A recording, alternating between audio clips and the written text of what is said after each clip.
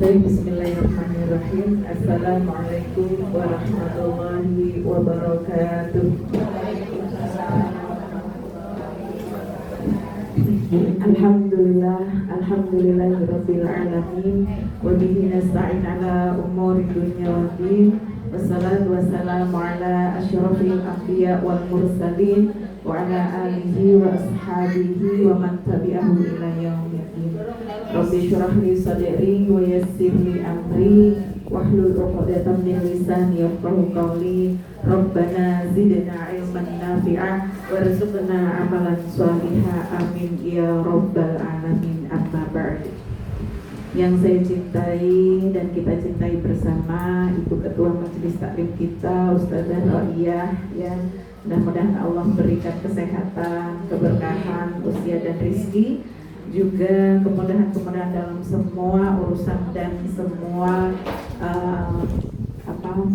semuanya dah pokoknya, mudah-mudahan dimudahkan sama Allah Subhanahu wa taala. Begitu juga kepada para pengurus Majelis Taklim Al-Istiqomah dan tentunya para jamaahnya, ya, Masya Allah, yang luar biasa, istiqomah selalu untuk datang ke pengajian, istiqomah selalu untuk beramal soleh, dan mudah-mudahan istiqomah selalu beribadah kepada Allah Subhanahu wa taala, tambah imannya, tambah takwanya, tambah sholihahnya, tambah rizkinya, tambah berkah semua nikmat yang Allah berikan kepada kita. Amin ya robbal alamin. Ibu-ibu, hari ini kita masuk di hadis ke-10, ya. Ini nggak apa-apa yang di belakang saya. Oh gitu ya, tanggung gitu ya.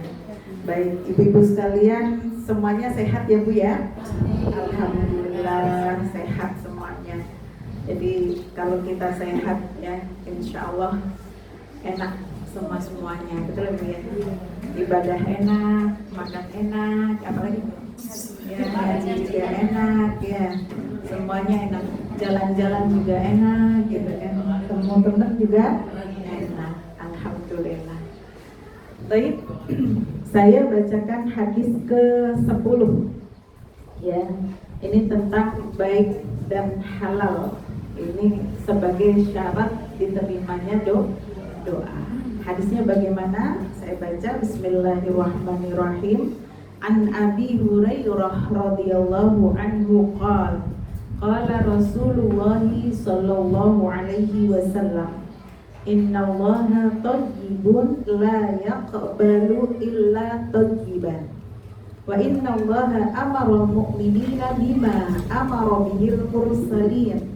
Faqala ta'ala, a'udzu billahi minasy syaithanir rajim.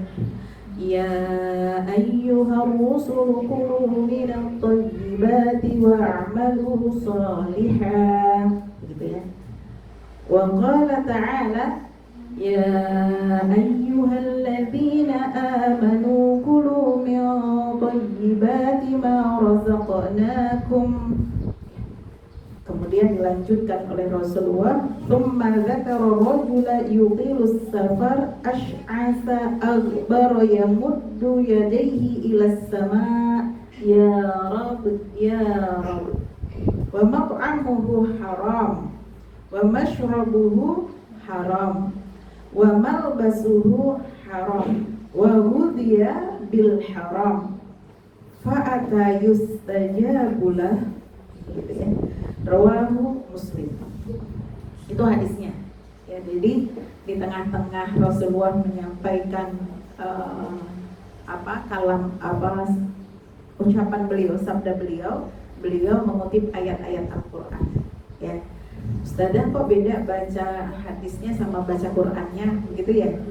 Kalau baca hadis memang begitu Bu, tidak boleh kita samakan dengan baca Quran.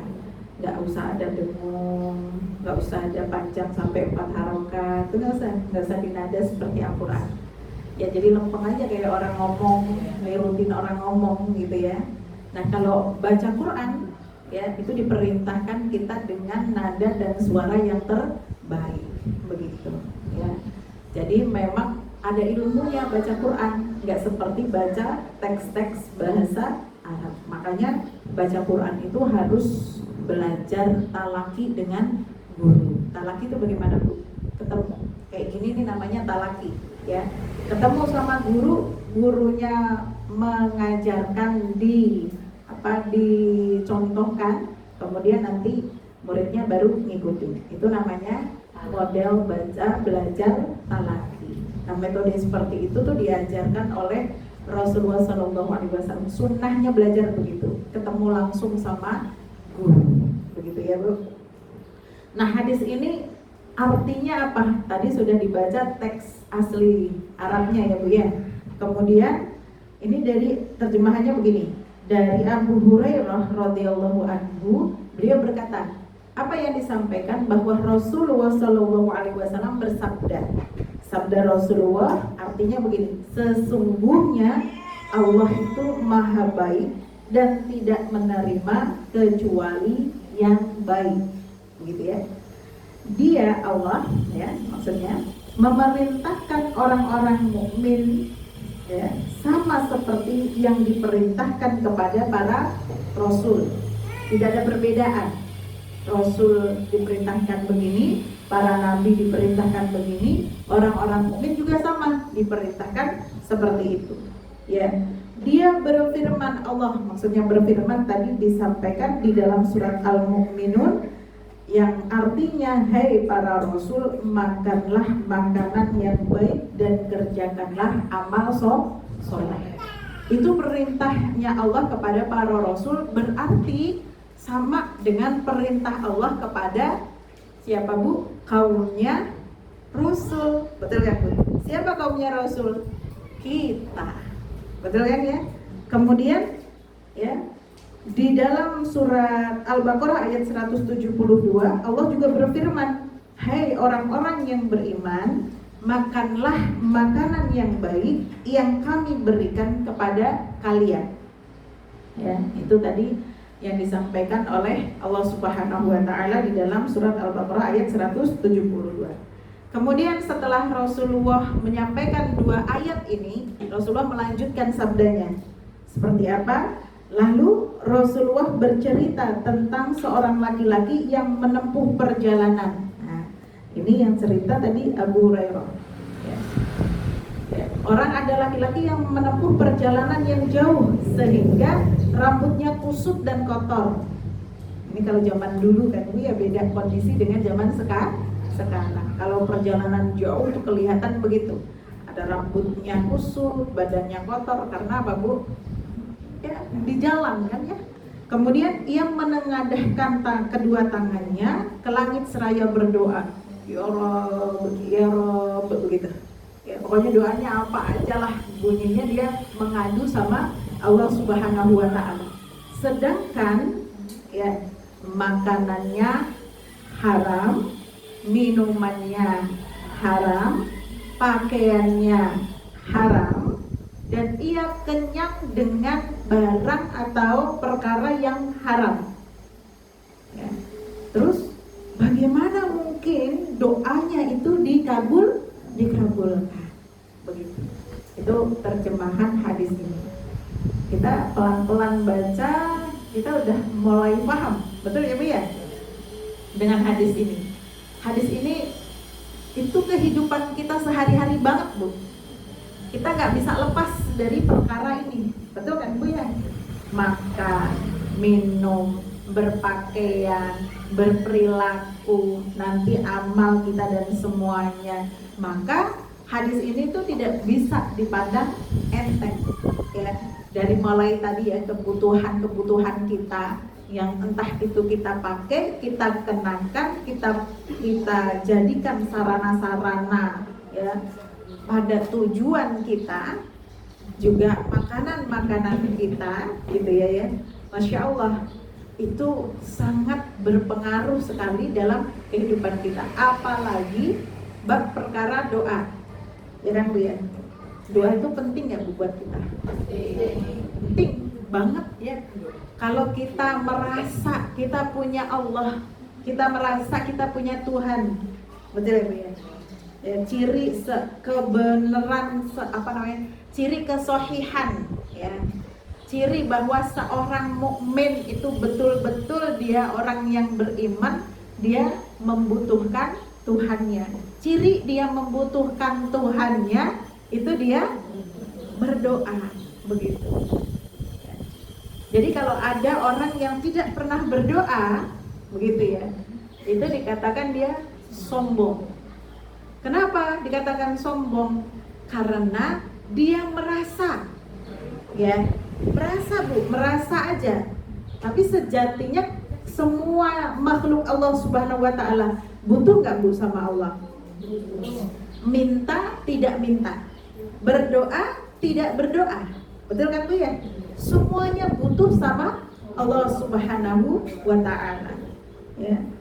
Adapun orang yang tidak mau berdoa, makanya tadi dikatakan sombong, begitu. Tapi Allah tuh, Masya Allah, maha sayang sama hambanya luar biasa. Hendak berdoa pun Allah kabulkan, Allah kasih gitu loh. Betul nggak Bu ya? Dikasih sehat tetap gitu ya. Contoh kayak Fir'aun itu, katanya Fir'aun itu tak pernah sakit atau jarang banget sakit gitu. Ya katanya begitu. Ya. Terus tapi dia tidak beriman sama Allah Subhanahu wa taala. Ya. Sombongnya luar biasa, ngaku Tuhan. Orang-orang model kayak gini kan berarti nggak ngakuin Allah. Orang kalau nggak ngakuin Allah, nggak ngakuin Tuhannya, dia nggak pernah berdoa, betul nggak Bu ya?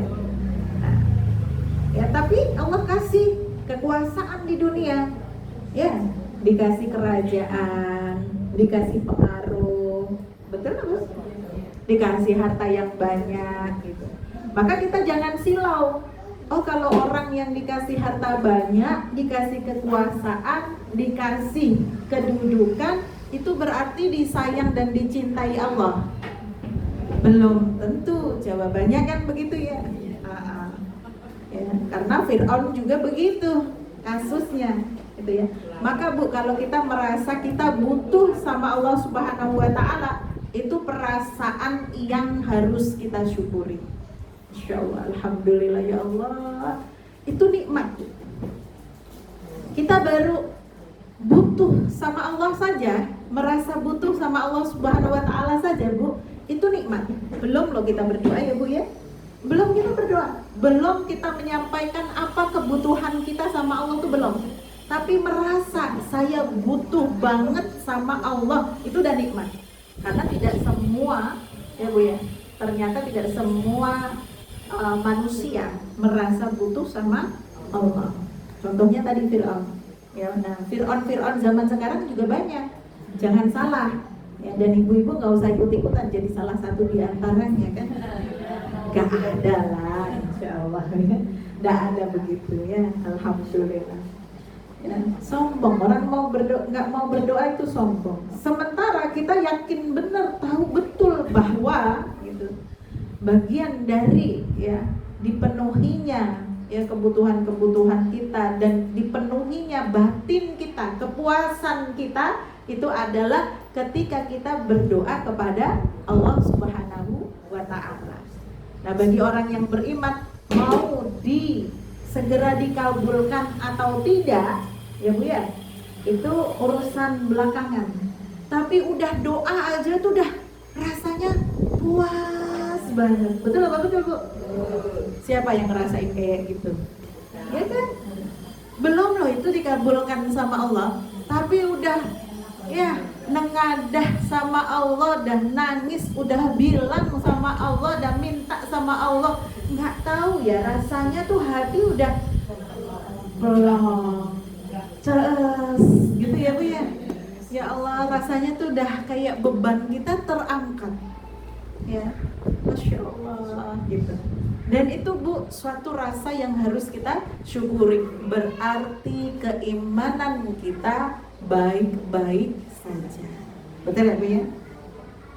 Namun sebagai orang awam, kita ini kan orang awam yang biasa saja keimanan dan ketakwaannya. Betul ya Bu ya? Nggak selevel dibandingkan para sahabat, apalagi Rasulullah. Betul Bu ya?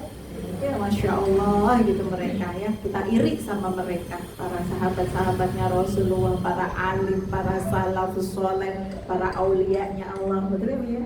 Tapi mudah-mudahan kita diem-diem ini kekasihnya Allah juga, mudah-mudahan. Ya, amin ya robbal alamin. Ya. Kita orang awam ini kita tuh seneng kalau doa kita diijabah, dikabul sama Allah. Bener Bu? Iya kan? Ya ngaku aja. Ya pasti gitu. Ya Allah, alhamdulillah doaku dikabulkan oleh Allah Subhanahu wa taala gitu. Tuh girangnya kita tuh Masya Allah luar biasa gitu ya. Maka yang sering kita tanyakan sama guru-guru kita itu adalah, ya Ustazah gimana sih caranya supaya doa kita dikabul sama Allah? Begitu kan Bu ya? Ya, padahal kita dikasih tahu, Bu, dikabul atau tidak semuanya baik. Enggak mungkin enggak didengar sama Allah. Ya kan Bu ya? Tapi tetap kalau kita ya Bu ya, menangin gitu ya. Apa tuh menangin? Jumpain gitu ya. Apa tuh bahasanya? Nemuin gitu ya. Ya pokoknya dadah. Kita berdoa gitu sama Allah Subhanahu wa taala. Ujuk-ujuk, lucuk-lucuk gitu Bu ya. Ih, doa kita dikabul. Masya Allah, bahagianya kita, senangnya kita. Tapi Bu, saya mau ngajakin ibu-ibu muhasabah deh. Coba ingat-ingat ya. Ibu pernah berdoa yang bersungguh-sungguh gitu kan ya. Berdoa A misalnya kan, sungguh-sungguh gitu. Pas dikabulkan A itu ternyata ada ekor-ekornya plus bonus-bonusnya. Bener gak? Ternyata gak segeludek A doang gitu loh. Paham gak maksudnya? Ya, Ibu minta satu, ternyata dikasihnya sama Allah banyak. Banyak gitu, lebih dari satu. Pernah kayak gitu gak Bu? Terus rasanya gimana?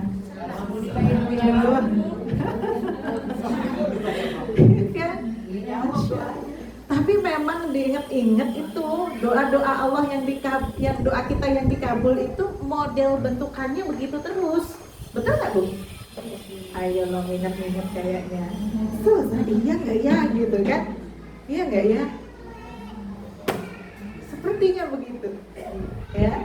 Atau ditahan dulu sama Allah. Ini saya ngomongin doa yang dikabul. Entar doa yang ditahan itu entar. Ya, doa yang dikabul nih. Kayaknya begitu dikabul Allah tuh nggak cuman ngasih yang itu doang kayaknya. Ada buntutnya, ada lebihnya, ada plus-plusnya. Bener nggak Bu? Cuman kadang-kadang kita ini loh yang syukurnya itu kelil, ya kan? Sedikit gitu kan syukurnya itu kadang-kadang sampai itu aja lupa kita. Masa sih Bu Isti? Tapi saya ingat-ingat dulu. Kadang-kadang begitu ya Allah. Ya, ini ngomongin kenapa jadi ngomongin masalah doa? Karena tadi kita dengerin hadisnya Masya Allah luar biasa. Perintah Rasulullah SAW, ya, perintah Allah juga, begitu ya, untuk kita makan makanan yang baik, makanan yang thayyib. Maka kita pahami nih fikih hadisnya ya. Yang pertama, ya, Ibu kita ketahui ya bahwa Allah Subhanahu wa taala itu hanya menerima yang baik-baik saja. Ya Bu ya. Allah hanya terima yang baik-baik saja. Yang tidak baik Allah tidak terima. Maka biasakan diri kita ketika amalan itu untuk Allah dikerjakan dengan sebaik-baiknya. Maka ketika kita merasa bersyukur kepada Allah Subhanahu wa taala dengan semua yang Allah berikan kepada kita, sehatnya badan kita, sempurnanya kejadian kita, ya dari mulai atas sampai bawah, maka dipelihara dengan baik. Kata Allah Subhanahu wa taala tadi apa Bu? Ya ayyuhar rusulu kulu minat thayyibati wa'malu shalihan. Kata kata para ulama ya, yang kita pahami semuanya bahwa ketika Allah Subhanahu wa taala memerintahkan rasulnya, kalau perintah itu untuk rasul itu berarti untuk kita semuanya juga. Bukan hanya tapi kan itu yang diperintahkan rasul. Kita kan bukan rasul, bukan begitu, ya. tapi itu berlaku umum untuk kita juga. Maka perintah Allah untuk makan yang baik-baik dan beramal yang baik itu juga untuk kita semua. Pertanyaannya, ya Bu ya, kita kalau muhasabah, introspeksi diri, kita ini, mulut kita ini lah Bu, mulut itu alhamdulillah cuma satu ya Bu ya, yang di sini ini cuma satu ya. Yang dua apa Bu? Telinga kita, mata kita gitu kan ya. Ini alhamdulillah cuma satu saja ini, Masya Allah, mulutnya manusia itu tidak ada tandingannya. Betul nggak Bu? Tidak ada tandingannya Bu. Ya, ayam dimakan, sapi dimakan, kapal selam dimakan, apalagi Bu, ya, segala macam dedaunan dimakan, betul nggak Bu? Semuanya tuh masuk di sini, masuk tuh di mulut tuh. Ya Masya Allah luar biasa. Ya, kita lihat ada binatang yang modelan kayak gitu kira-kira selain manusia ada nggak ya kira-kira? Ada binatang misalnya ya Bu ya. Mohon maaf ada istilahnya karnivora. Dan apa lagi satunya? Omnivora. Lah manusia ini termasuk yang mana? Ya, Masya Allah. Kambing ya apa ya? Kambing itu cuma makan daun, rumput. Dikasih daging dimakan nggak Bu kambing? Nggak doyan ya. Sapi itu, ya kan? Bener nggak? Harimau dikasih dedaunan dimakan nggak Bu? Nggak doyan dia, cuma daging doang, ya kan? Ya manusia yang luar biasa hebat, ya kan? Semuanya masuk dimakan. Itu Masya Allah. Jadi yang paling banyak menikmati ciptaan Allah Subhanahu wa Ta'ala di dunia ini tuh tidak ada lain selain manusia. Itu baru ngomongin perut Bu, belum ngomongin yang lainnya, betul nggak? Bukan cuma perut gitu kan yang harus dipuaskan, mata, jari, tangan, semuanya butuh dipuaskan kalau yang namanya manusia. Masya Allah. Maka pantas harus ada aturan. Yang namanya manusia hidup harus ada aturan. Itu yang namanya agama yang benar itu ngatur hambanya, ngatur umatnya. Betul nggak Bu? Ya. Kalau agama kok tidak bisa ngatur umatnya, itu dipertanyakan kebenarannya. Termasuk gitu ya, dalam bab masalah apa yang boleh masuk ke dalam mulut, apa yang tidak boleh masuk ke dalam mulut. Saking sayangnya Allah Subhanahu wa Ta'ala kepada kita. Kata Allah tadi, makan yang thayyib, yang baik-baik, bukan hanya sekedar yang halal. Kalau halal haram ya kan hubungannya itu betul-betul ya perkara tegak lurus gitu ya, sama masalah agama, sama masalah akidah. Tapi sayangnya Allah sama kita itu sampai bukan hanya sekedar halal haram, tapi dicampur dengan kalimat apa Bu? Thayyib. Ya, jadi makanannya manusia, makanannya umat Islam itu nggak boleh yang buruk, paham Bu? Ya, buruk itu ya kan haram atau halalnya suatu perkara makanan itu bukan hanya dalam masalah zatnya, dalam masalah apa Bu? Zatnya. Zat itu maksudnya apa? Contoh misalnya air putih Bu. Ini air putih kan Bu ya? Ini zatnya air putih. Air putih itu halal atau haram Bu? Halal. Mutlak semuanya mengatakan air putih itu halal. Tapi kalau air putih dari nyolong misalnya, iya kan?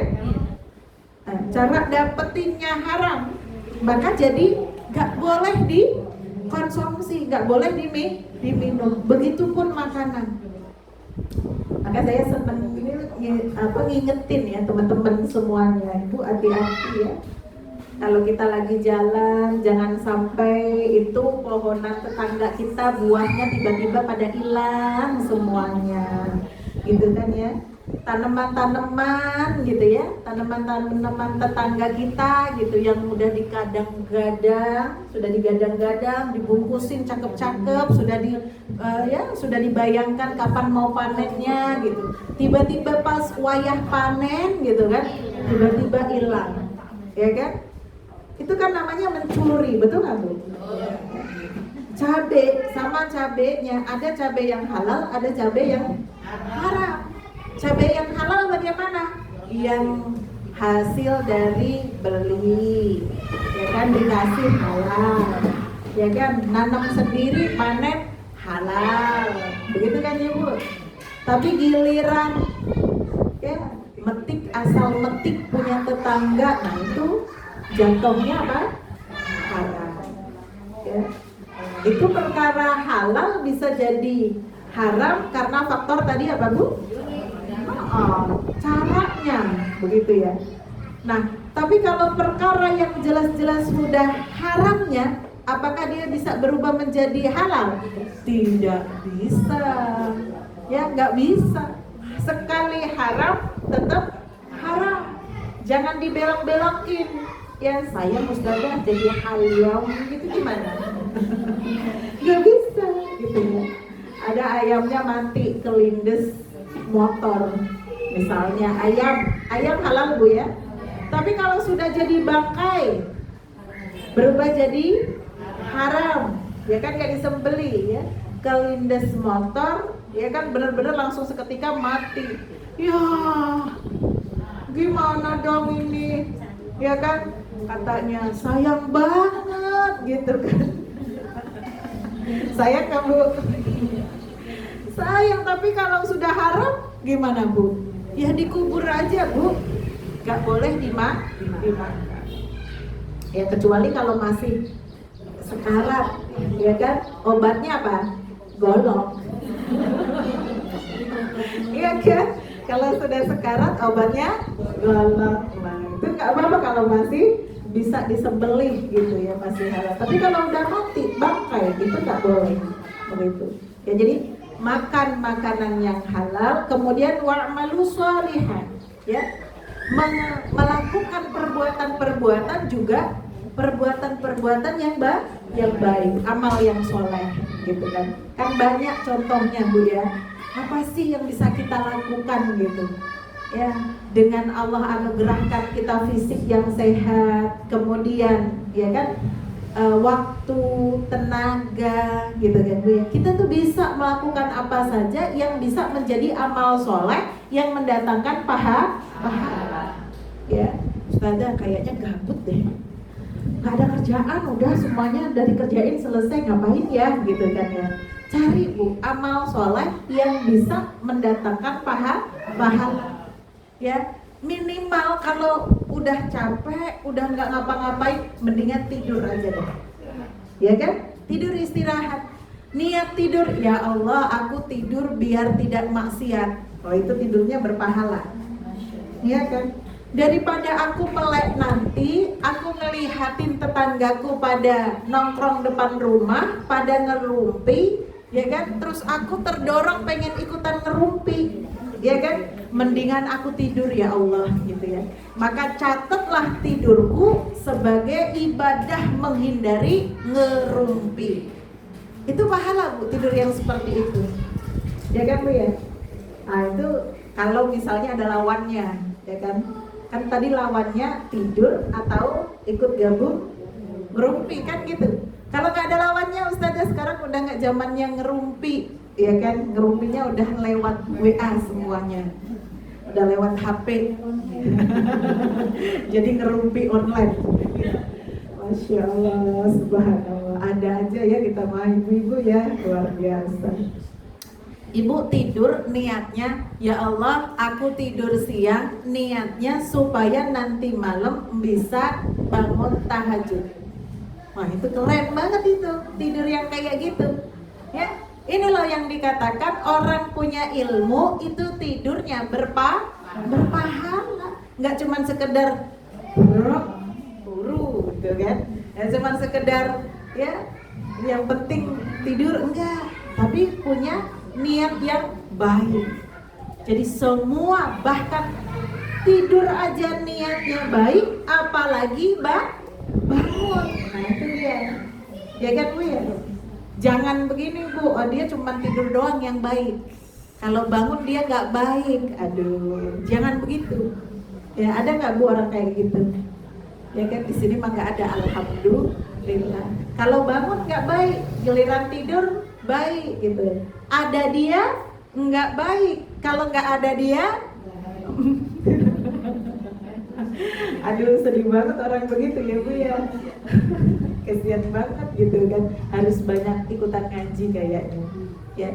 Ibu, kita kalau beramal soleh itu seperti amal soleh kita itu loh Bu, di sisi Allah Subhanahu wa Ta'ala itu kasyajaratin thayyibah, seperti pohon yang baik. Jadi Bu, kan pernah saya sampaikan ya, kita beramal soleh itu seperti kita nanam pohon di sisi Allah. Nah, pohon itu akan bagaimana Bu kalau pohon itu tumbuh, berkembang, dan bisa kadang-kadang berbuah dan sampai beranak pinak, betul nggak? Ya, nah itu amal soleh kita begitu di sisi Allah. Maka kenapa satu amal soleh itu pahalanya bisa berlipat-lipat? Karena dia tumbuh terus. Apalagi kalau amal soleh itu diikuti oleh orang lain, ya, diikuti, kemudian nanti satu amal soleh dia melahirkan amal soleh yang lain. Tambah lagi amal solehnya, tambah lagi amal solehnya, tambah lagi amal solehnya. Maka ya kita bisa memahami apa yang disampaikan oleh Allah Subhanahu wa Ta'ala, kasyajaratin thayyibatin, seperti pohon yang baik. Sama seperti amal yang buruk. Amal buruk itu kasyajaratin khobisatin, seperti pohon yang buruk juga. Begitu ya. Nah, pohon yang buruk, kalau pohon yang buruk di dunia Bu, kita lihat biasanya dia mati, ya kan Bu ya, mati dia ya. Tapi kalau pohon yang buruknya itu adalah zatnya sendiri, tadi pohon buruk tadi itu bisa merusak yang lainnya, betul nggak Bu? Misalnya Bu, padi yang kita tanam biasanya muncul apa Bu? Rumputnya, betul kan ya? Nah, yang bermanfaat buat kita itu apa? Padinya kan, harapannya lebih banyak padinya ya. Tetapi ya kan kadang-kadang kan ada tuh rumputnya ya. Kalau kita biarkan rumputnya yang menguasai sawah itu, kira-kira gitu kan ya, biarin aja dah rumputnya, kagak usah dicabutin, biarin aja dah rumputnya, ya kan, males nyambutin gitu. Yang ada pas panen, kita panen rumput apa panen padi Bu? Sudah dipastikan begitu, ya kan? Makanya kenapa kalau dalam di kampung itu kalau ada orang nanam padi itu ada istilahnya matun, ya kan Bu ya? Matun itu katanya dia cabutin rumput hama supaya tidak ada, ya kan, tidak lebih banyak, dia nggak tumbuh, nggak ngerusak tanaman padinya. Sudah aja dicabutin nanti dia tumbuh lagi, tumbuh lagi, tumbuh lagi. Tapi apakah para petani itu males Bu untuk nyambutin lagi? Enggak. Kenapa? Karena dalam bayangannya dia tahu nanti dia bakal panen padi. Begitu Iqbal, kurang lebih begitu. Ya. Jadi kita manusia kan nggak mungkin Bu ya baik terus, betul nggak Bu ya? Nggak mungkin kita tuh beramal lurus terus ya, kayaknya pahala terus, ibadah terus ya. Kadang-kadang ya kita tadi kepleset gitu. Dari hati-hati masih kepleset gitu kan. Dan hati-hati masih kepleset. Maka kalau kepleset kayak gitu tuh Bu, kayak orang di tadi ya, kayak petani, ya kan, langsung dicabut. Ya, kalau Imam Ghazali bahasanya itu hati seperti kaca, kalau ada debunya langsung dielap, jangan nunggu berkerak. Kalau udah berkerak nanti susah, ya kan, susah itu ngebersihnya. Maka ya amal pun begitu Bu, banyakin amal solehnya sedikitin kalau bisa gitu ya. Amal-amal buruk tuh ditaubatin. Taubat itu jalan kayak nyambut-nyambutin begitu. Kemudian yang kedua, bagaimana agar amal menjadi baik dan diterima oleh Allah Subhanahu wa taala? Ada unsurnya. Apa unsurnya? Yang pertama, unsur yang paling penting. Enggak usah pertama, kedua, ketiga, ya kan ya? Ya. Unsur yang paling penting itu adalah makanan yang baik dan halal. Itu kalau kita pengen amal kita diterima oleh Allah Subhanahu wa taala. Jadi Bu, amal soleh itu tidak bisa berdiri sendiri. Ya, nggak bisa berdiri sendiri. Dia baik aja gitu. Ya berbuat baik, beramal soleh gitu kan. Dia akan mubazir sia-sia kalau ya wasilah yang dipakai untuk beramal soleh atau makanannya ya Bu ya semuanya dari perkara yang haram. Ibarat kayak ini, bukan ada istilah nih, mohon maaf gitu kan. Jangan nyuci baju pakai air kencing, iya kan? Ya, kira-kira bersih nggak Bu? Ya nggak bakalan bersih lah, malah tambah ya bau, malah tambah kotor lagi, begitu ibaratnya. Ya, berbuat baik tapi pakai segala sesuatu wasilahnya dari perkara yang haram, gitu kan? Itu mubazir semuanya, ya tetap aja kotor, tetap aja haram gitu. Nggak boleh kita punya nggak apa-apa aku nyolong, tapi kan nyolongnya aku kasihin ke orang-orang miskin. Tuh nggak boleh begitu, nggak bisa begitu, dan tidak akan diterima.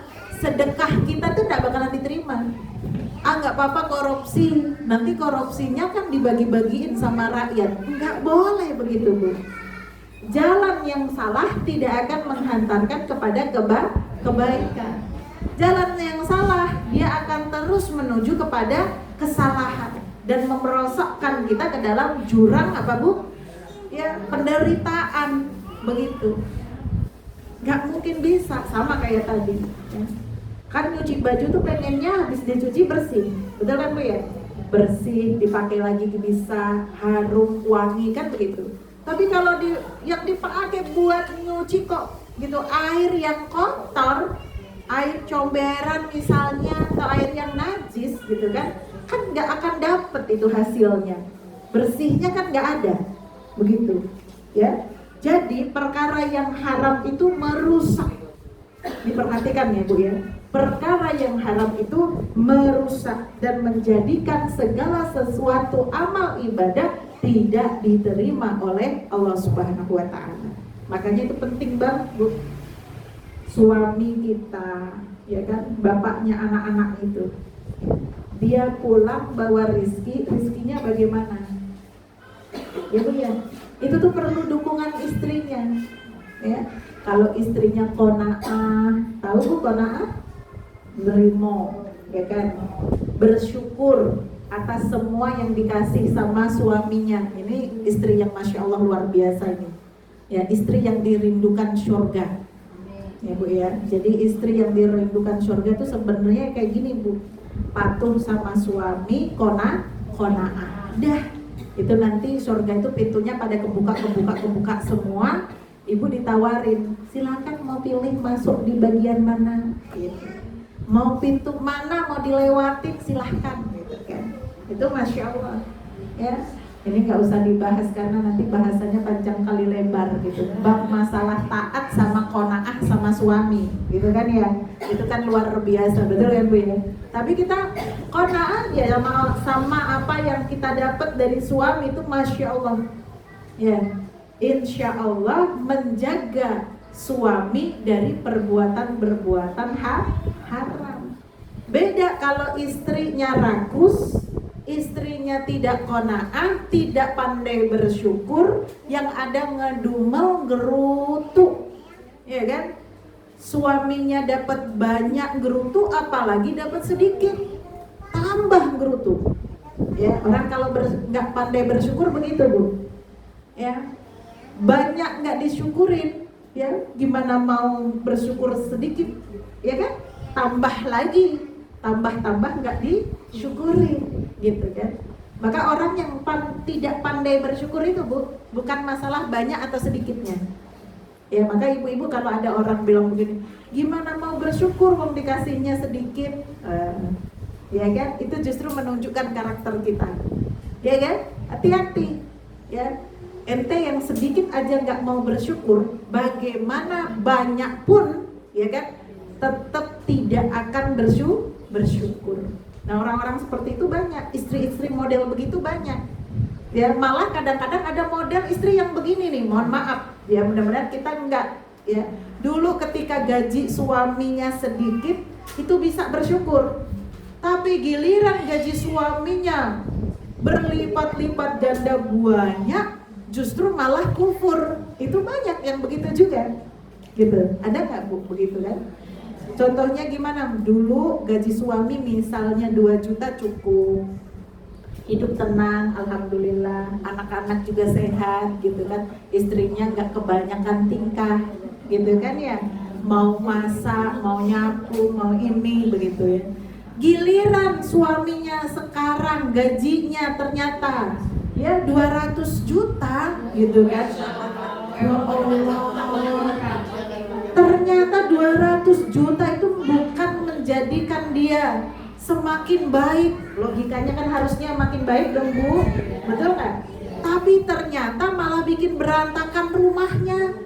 Begitu ya, kata istrinya, enggak level lagi nyapu, orang gaji suami 200 juta kok, gitu kan. Enggak level lagi nenteng tas kresek, gitu kan. Kalau enggak tong, gitu kan ya. Kalau enggak kremes, enggak ini, enggak level, gitu kan ya. Kan jadi berantakan Bu. Banyak nggak begitu? A'udzubillahi min, itu berarti hartanya tidak berkah. Karena ciri harta yang berkah itu membawa kebaikan. Jangan-jangan banyak itu didapat dari jalan tidak halal. Begitu. Makanya ibu jangan langsung kalau suami bawa duit banyak, ya kan? Ibu jangan langsung seneng. Wah, alhamdulillah suamiku tercinta. Nggak usah gitu ya. Duduk dulu, ambil napas panjang, pelan-pelan keluarin, ngomong baik-baik. Pak, ini dari mana? Gitu kan. Biasanya dapat cuma 1 juta, ini kok bisa sampai 100 juta. Begitu ya. Hati-hati. Iya kan. Jangan langsung wow gitu kan, langsung wah asik beli emas permata, jalan-jalan kan. Ya, ditanyain baik-baik. Kalau kata suami alhamdulillah gitu ya, ini tadi ada bagian proyek, pokoknya jalannya halal, alhamdulillah. Tapi ternyata kalau itu sesuatu yang haram, ibu-ibu ayo ajak suaminya kembali kepada taat kepada Allah Subhanahu wa taala, luruskan lagi. Pak, gitu ya Bu ya. Nah, bisa nggak kayak gitu? Ada nggak istri yang kayak gitu? Ada, alhamdulillah, harus begitu ya. Mas, yang gitu ya. Sungguh aku rela ikhlas dikasih 1 juta, tapi itu betul-betul halal daripada 100 juta tapi dari jalan yang haram. Kembalikan ya Mas 100 jutanya. Ibu bisa kayak gitu? Padahal itu duit ada di depan kita, ya merah-merah sekoper gitu misalnya. Kira-kira ibu begitu nggak kalau sama suami? Jangan-jangan kita yang aduh ya lemah nih, nggak boleh begitu ya. Jadi seorang istri itu harus menolong agama suami. Jangan sampai malah merusak agama suami. Merusak agama suami berarti merusak rumah tangga. Kan itu contohnya tadi ya Bu ya. Ini nih agak-agak berat ini ya, faktanya diamalkannya. Ini kalau nggak kuat-kuat iman, ya kan, baik laki-laki suami maupun istri, itu masya Allah berat banget. Apalagi dituntutan kehidupan yang serba hedon, betul nggak? Ya, lihat keluar dikit tetangga udah pamer TV segede gambar, ya kan? Jalan sedikit gitu teman-teman pamer gelang emasnya sampai ke siku, gitu kan? Ah itu kan hati rasanya kayak ya Allah gitu kan ya. Ya Allah gitu. Ya, manusia biasa pengen, betul nggak Bu? Apalagi perempuan, rasa kepinginannya itu berlipat dibandingkan laki-laki. Tapi karena iman kita, ya Bu ya, kecintaan kita sama Allah Subhanahu Wa Taala itu bisa ditahan. Ya Bu ya, perhatikan, jangan sampai kita terperosok gara-gara perkara haram. Jangan hidup kita rusak gara-gara perkara haram. Barang perut ini Bu ya, perut itu kan Bu, lingkar perut kita paling gede seberapa sih Bu? Ya Bu ya, ini nggak apa-apa segede-gedenya itu loh, ya kan? Nggak sampai 5 meter, ya kan? Ya nggak sampai semeter, betul nggak Bu? Ya, ya Masya Allah ini nggak muat banyak kok, betul nggak Bu? Maka jangan rakus. Begitu kan ya, jangan rakus, jangan apa-apa itu yang penting enak, yang penting nikmat, yang penting bisa, gitu kan. Aduh Bu, inget ya, sama-sama inget dia kan. Nanti kalau udah mati kita tuh nggak bawa apa-apa, masuk di dulu. Berapa sih Bu kuburan itu? 2 kali 1, bener ya Bu ya? 2 kali 1, dah. Yang dibawa cuma kain mori doang, ya kan? Kemudian yang ketiga, tidak diterimanya sebuah amalan. Karena apa? Yang dimaksud tidak diterimanya sebuah amalan itu bisa bermakna 1 tidak sah, gitu ya Bu ya, atau 1 tidak sempurna. Yang kedua nih, tidak sempurna. Kalau tidak sah ya berarti betul-betul tertolak. Kalau tidak sempurna berarti pahalanya berkurang. Begitu. Ya. Jadi ada perkara-perkara yang membuat kita gitu ya, ibadah kita itu ada di 2 kondisi ini. Kemungkinan ada di 2 kondisi ini. Yang pertama, ibadahnya tidak diterima oleh Allah Subhanahu Wa Taala. Kenapa tidak diterima oleh Allah Subhanahu Wa Taala? 1, karena dilakukan tanpa ilmu, dia nggak ngerti bagaimana caranya, asal dikerjakan aja. Yang kedua, tidak sesuai dengan syariah, betul ya Bu ya? Terus yang ketiga, semua wasilahnya pakai perkara yang haram. Dia makan makanan yang haram, itu nggak diterima, ya kan? Nah, kalau yang tidak sempurna, ini karena amalannya ada celah, ada cacatnya, begitu kan ya? Sehingga seharusnya dapat pahala banyak, ternyata jadinya pahalanya sedikit, begitu. Kemudian, bagaimana kalau sudah terlanjur? Ustazah dulu itu misalnya nih, misal ya, saya juga pernah ketemu sama jamaah yang begini. Sekarang sudah hijrah Ustazah, semua harta yang dipakai, yang saya punya ini hartanya banyak banget luar biasa. Ya, saya nggak tahu bagaimana status kehalalannya karena ya pekerjaan suami saya dulu begini cerita. Tapi sekarang kami mau hijrah, taubatan nasuha, gitu ya. Terus apa yang harus dilakukan dengan harta ini? Kan pertanyaannya begitu kan Bu ya? Terus Ibu jawabnya apa? Kalau ditanya seperti itu, ya bagi saya aja. Gak tahu perkara haram mubah juga gitu kan. Ya tapi Bu, nggak mungkin itu harta dimusnahkan, ya kan? Dibakar misalnya, dikubur misalnya, kan nggak mungkin. Malah justru jadi kesia-siaan mubadzir. Jadi bagaimana? Ya tuh benar, disedekahkan, gitu ya. Ya, disedekahkan. Ya. Cara nyedekahkannya bagaimana? Kalau bisa dipakai untuk fasilitas umum. Misalnya untuk bikin musola, untuk bikin masjid, bikin jalan, bikin jembatan. Kan banyak Bu cara, betul nggak?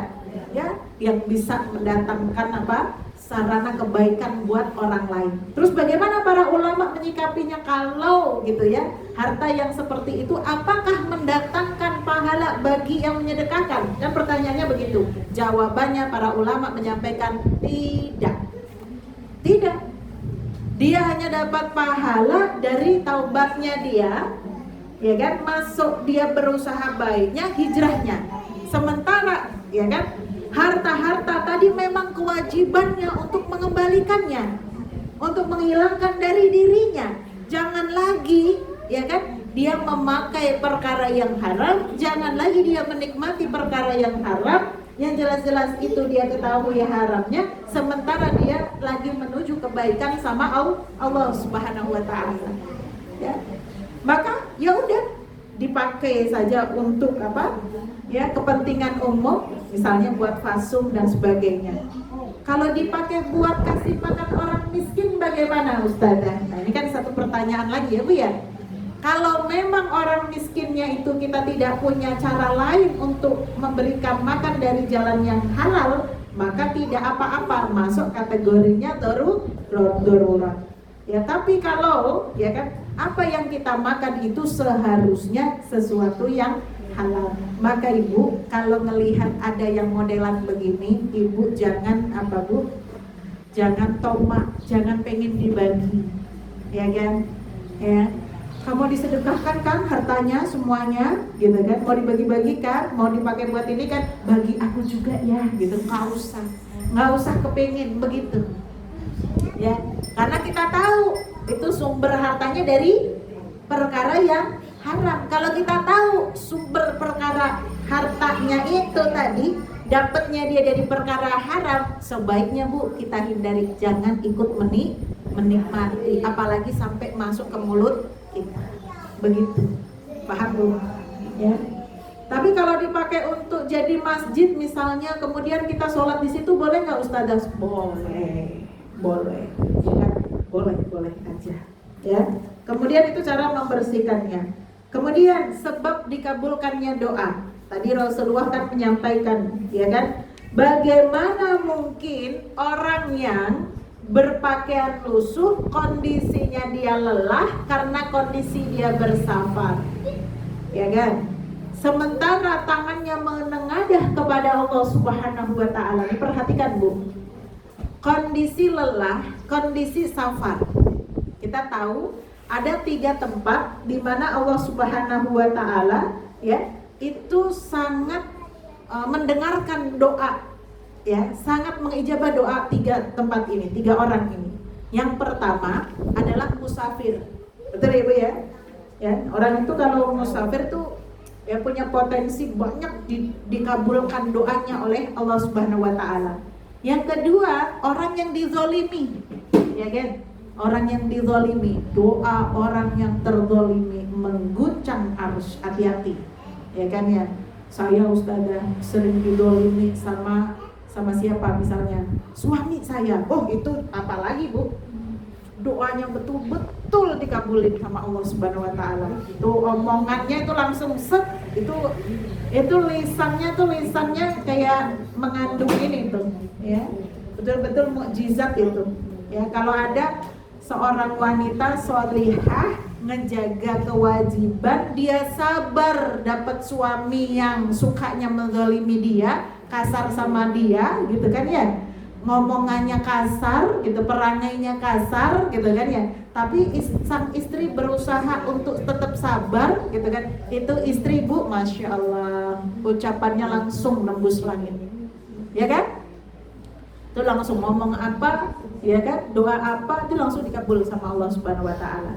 Ya, sama terdolimi oleh siapapun, orang yang terdolimi dia sabar, ucapannya, doanya dikabul oleh Allah Subhanahu wa taala. Sama juga orang yang melakukan perjalanan jauh, ya. Orang yang safar itu berarti perjalanan yang jauh, ya. Kemudian yang ketiga adalah doa orang tua terhadap anak, ya. Maka doa orang tua, apalagi ibu, masya Allah, udahlah ya, ibu itu benar-benar ya pusakanya anak, ya Bu ya. Jadi luar biasa kalau kita kehilangan ibu tuh dah.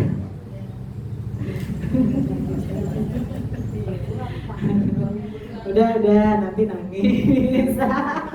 Ya, tapi memang luar biasa. Doa ibu itu masya Allah. Doa ibu itu tidak ditolak oleh Allah Subhanahu wa Ta'ala. Maka ibu jangan takut. Anak ibu gimana, anak ibu bagaimana, temenin dengan doa. Anak ibu lagi ngapain, anak ibu di mana, anak ibu bagaimana perjuangannya, temenin dengan doa. Jadi ibu, emak ini kalau ngomong itu omongannya doa. Saking manjur mujarabnya ini omongannya, begitu ya Bu ya. Semua yang keluar dari lisannya itu doa. Maka hati-hati ngomong sama anak. Ya, hati-hati Bang, jangan sampai gitu ya Bu ya. Ini jangan sampai kepleset ngomong yang buruk. Ini ibu-ibu yang suka ngomong buruk sama anaknya, taubat Bu. Ya, kenapa? Karena keburukan itu akan terjadi. Na'udzubillahi min begitu. Kalau anaknya nakal, ya Allah, anakku yang solihah, yang ganteng, yang baik, yang pandai, gemes banget ibu, ya Allah, begitu. Ya kan? Mudah-mudahan Allah berikan kebaikan-kebaikan samamu. Ya kan Bu ya? Ini anak saya tuh sampai hafal. Kalau saya sebel gitu sama dia gitu kan ya, itu ngedoanya gini, ya Allah mudah-mudahan kau mudahkan lisannya, hatinya, amalnya dengan Quran. Begitu tuh. Ya mau kayak gimana pun doanya itu lagi kayak gimana tuh kayak gitu tuh. Itu dia sampai apa? Kalau udah ya Allah, nanti dia lanjutin sendiri. Udah begitu. Ya gimana dong Bu ya? Kita ngomong ya Bu ya, mau omongan baik, omongan buruk, semuanya jadi doa kalau emak. Ya Bu ya, ketimbang kita ngomong yang buruk, mendingan ngomong yang baik. Karena baik itu bermanfaat. Saya masih sedih gitu ngelihatin ada ibu-ibu kalau ngomong sama anaknya, ya Allah, na'udzubillah min dzalik, niruin mau jadi contoh saja tuh saya nggak sanggup. Betul nggak Bu ya? Ada kan Ibu ya? Ibu-ibu yang kayak gitu ya. Itu satu, ibu-ibu yang kurang pendidikan. Dua, ibu-ibu yang nggak punya komunitas majelis taklim. Ibu-ibu yang nggak pernah ikutan ngaji. Bener nggak? Tapi ada aja ustazah rajin ngaji masih begitu. Jangan salahin ngajinya, ya ya.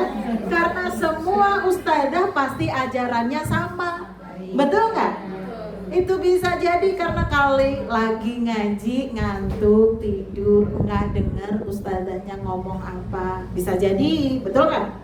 Atau ustazahnya ngomong ilmu, dia cerita sendiri sama temennya. Bisa jadi, bener kan?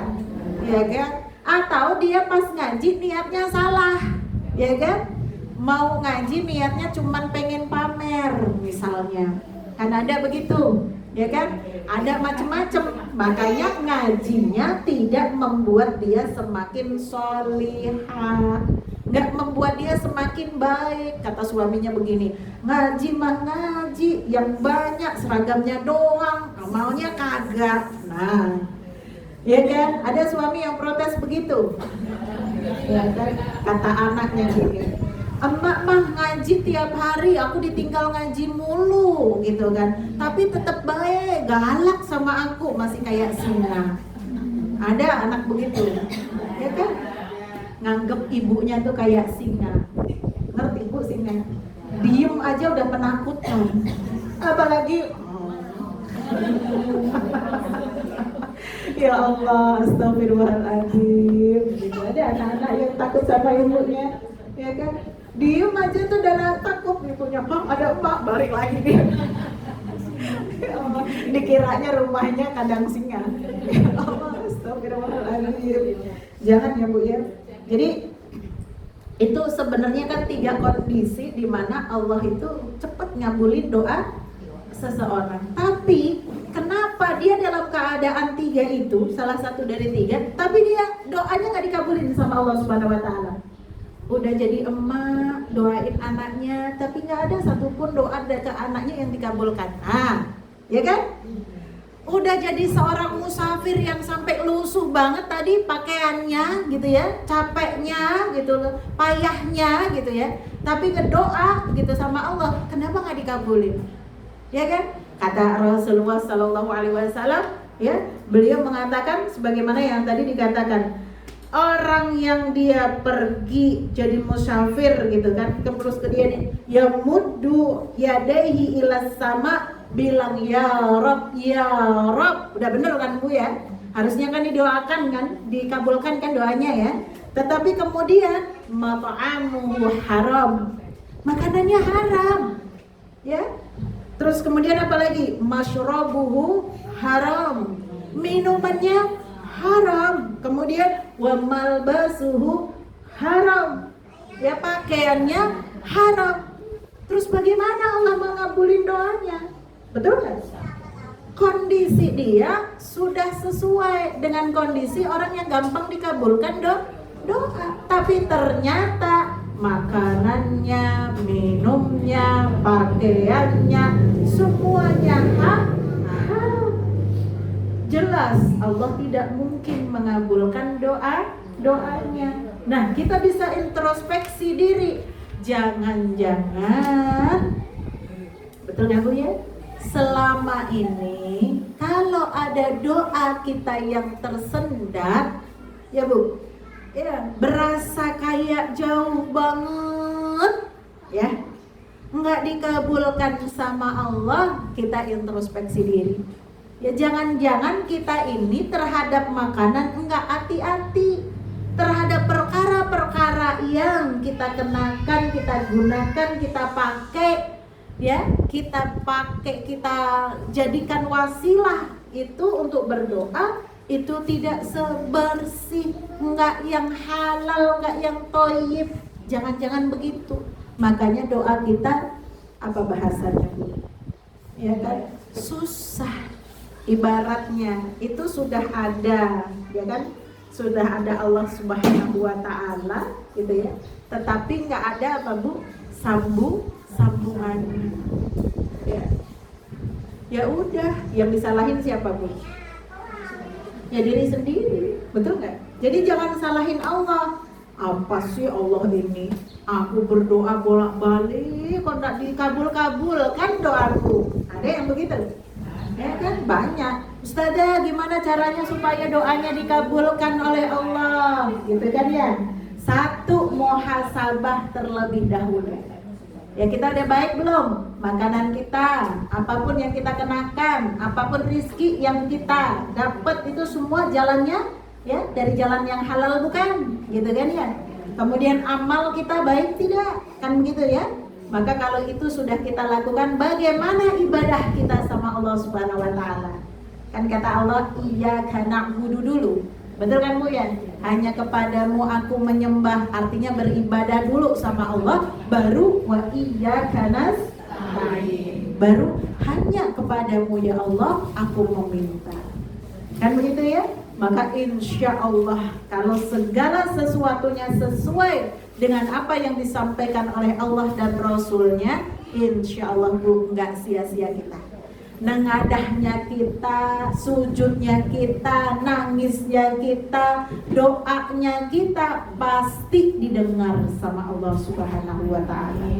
Wallahu a'lam bishawab. Al-haqqu mir rabbikum fala takunanna minal mumtarin. Wassalamualaikum warahmatullahi wabarakatuh.